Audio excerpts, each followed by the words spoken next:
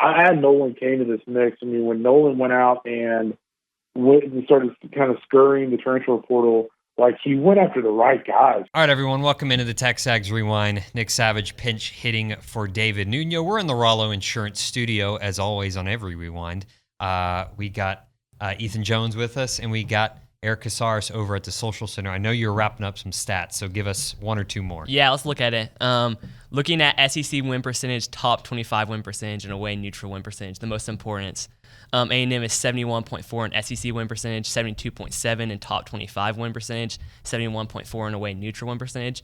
And comparing this to previous teams over the past couple years, the two teams that had the most similar over their season to these numbers was 2019 Vanderbilt and 2017 Florida. The thing similar about both those teams, both national champions. They won the national champions. I'm not saying like that means we're going to win the national championship, but trends for a reason. The trends are looking nice right now. Eric, what was your favorite part of the show? Favorite part of the show? I'm going to be biased. I'd like getting Kennedy, Wendell, and Coach Abel in the show. Yeah, so they were good. We also had OB and Nuno with the Go Hour, obviously. John Harris talking about all the Aggies taken in the 2024 NFL Draft. We had Trisha Ford in studio talking about top 10 showdown in Gainesville this weekend, and Kendall Rogers of D1 Baseball. Check it out. SEC Unfiltered, which is our friend Chris Phillips does that. He just put a best case, worst case scenario for Texas A&M 2024. Interesting. And he's got best case A&M 9-3. Okay. Worst case 6-6. I would agree with the worst case. I do not agree with the best case. Best case is 10-2. Yeah, or my best case might be 12-0. I mean, sometimes, every year there's a team that's the big surprise team. You know, you just maybe it's A&M. Maybe it's A&M. Yeah. I never go in to I look at it and I say, okay, this is what I think is going to happen, but I don't ever say this is the best they can do, because athletes, when they're challenged so often, depending on their makeup, I bet Eric Casares, if you told Eric, hey, you can only run this, by the end of the season, he might make you look silly. Right. Well, 6-6, I just don't see it. I don't either, because I think they're better. Where are their 6 losses? Now it's the SEC, right? But right. Put up their schedule real quick. I just don't. To me, there's 7-5 would be their worst. Yeah, I would think they'd at least be as good as they were last year. Now you don't have Anias and you don't have Edgerrin Cooper, but you don't have Damasio and Craig. You've done that one before, Damasio. Right? Notre Dame. All right, if you want to be like pessimistic, Notre Dame loss, at Florida loss because it's on the road, right? Yeah. Missouri loss, LSU loss,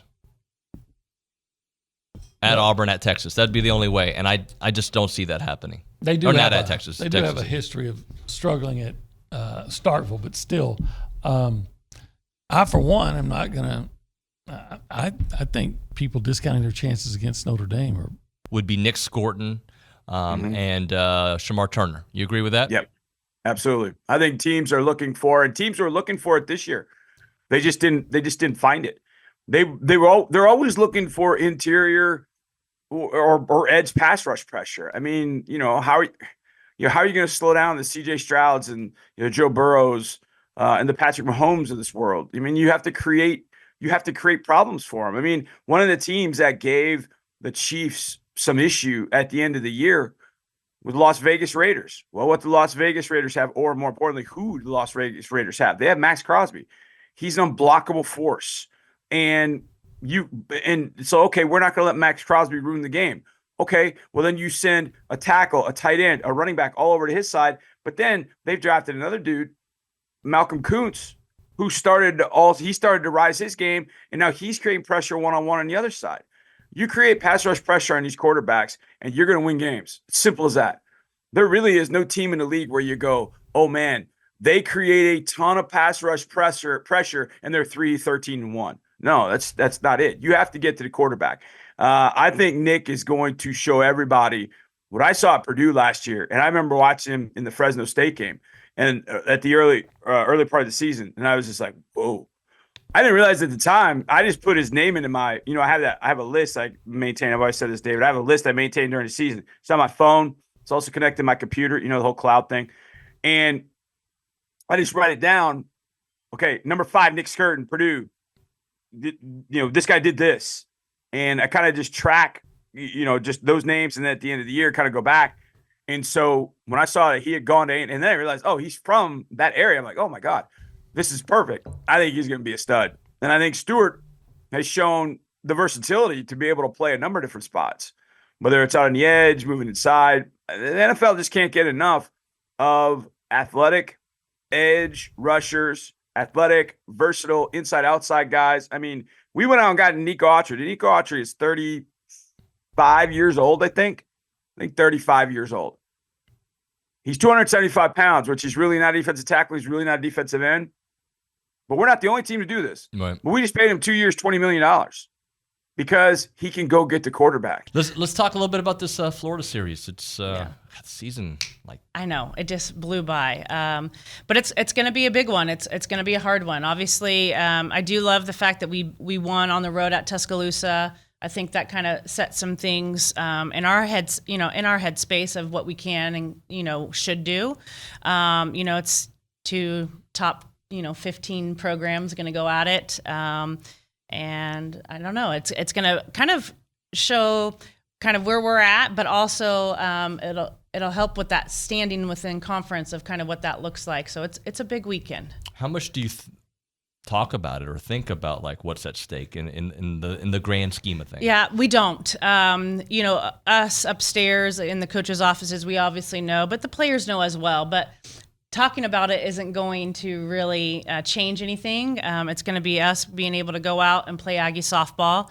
I think if you look at Florida and kind of how their offense works, they have a lot of just athleticism. We're very similar. The top of our lineup has some speed, has some power. I think the biggest thing is us taking away the free bases. If you look at their walks and hit by pitches, those runners, those free bases, they're scoring a lot. And so that's going to be our biggest key, is kind of keeping that at a minimum. In the postseason, what are things that you look for? Is it the clutch hitting? I know you look for it all, but what's going to determine success in the postseason? Pitching and defense. It's always going to kind of come down to that. I mean, yes, you're going to always love the long ball, but you're going to face some really good pitching. So you're going to have some times where things aren't kind of lining up. But if you can pitch and stay in a game and, make outs, I think you're going to win a lot of games.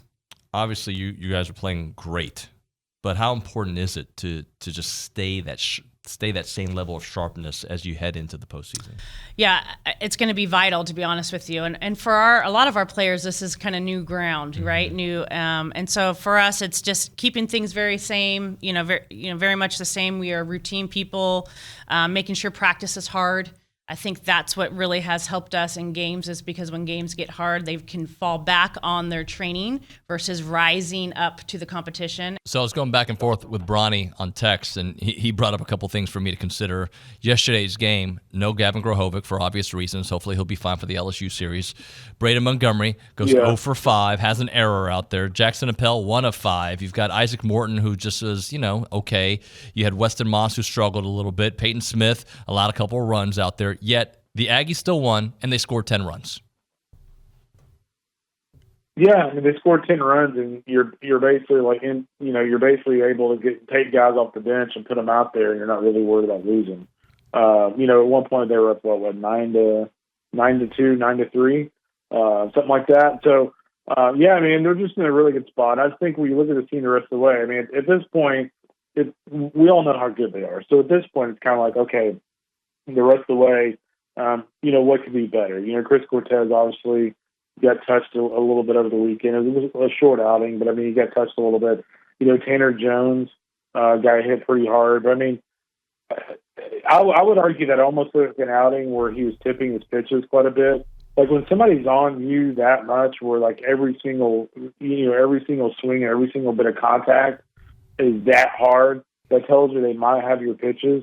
And there's nothing like remotely sketchy about that. Literally every team in college baseball does that. But that kind of outing looked like that to me. So I'm curious to see how he looks this weekend, see if he looks any different. We're talking some baseball here with Kendall Rogers on TexAgs Radio, presented by David Gardner's Jewelers Rollo Insurance Studio. Let's talk Teddy Burton, who's been on this hot streak, 5 homers, 4 games. Yeah. He basically, he had 4 entering this little stretch that he's been on, and we knew he'd eventually get hot. And he had 4 over the weekend, right? Yes, yeah, and then he hit another one yesterday. Yeah, it's crazy, isn't it? I mean, the thing about it, and this is where I feel like, and a lot of people just give Jim the credit for this, but I had Nolan came to this mix. I mean, when Nolan went out and started kind of scurrying the transfer portal, like he went after the right guys. He went after guys that had a lot of experience. We think back to the impact that Dylan Rock had on this program a couple of years ago, and they went after kind of the same mold, guys who were accomplished at other places, maybe not the SEC, but were accomplished at other places. All right, guys, what do they have to do? Like, subscribe. You want to finish it, Eric? Rate, share with a friend. I always forget. You said comment, right? I didn't say comment. Okay, comment. There no we go. one said Boom. comment. There's the audible. Cool. Y'all know what to do. We'll catch you on the next one.